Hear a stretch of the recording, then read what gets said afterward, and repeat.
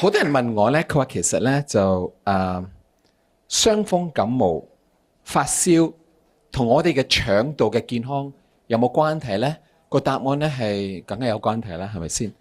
我哋知道咧，原來咧科學家形容咧，我哋嘅腸道入邊咧佔7成至8成咧嘅免疫細胞咧，咁即係話咧，我哋身體咧嘅白血球飛虎隊警察巡邏喺身體入邊，幫我哋對抗病毒菌類或者對身體害嘅嘢咧，係個腸嘅白血球合作嘅。但腸入邊仲有一樣嘢咧，叫做益生菌，聽過未，各位朋友？益生菌咧同佢合作嘅時候咧，幫我哋咧就有效地咧就處理我哋所叫做咧嘅炎症，包括病毒菌類。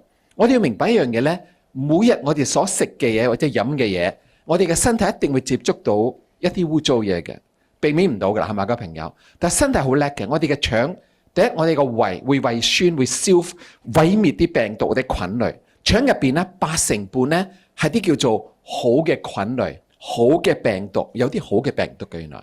另一個15%咧就叫做另類，唔係話唔好，係另類嘅病毒菌類微生物。呢85%咧不停咁幫我哋殺菌消毒，等我哋做翻啱嘅身體吸收到。另一個咧就幫我哋處理啲廢物。其實腸嘅免疫細胞咧同步同肺部氣管咧合作嚟去對抗嗰個問題㗎。你明唔明意思啊，朋友？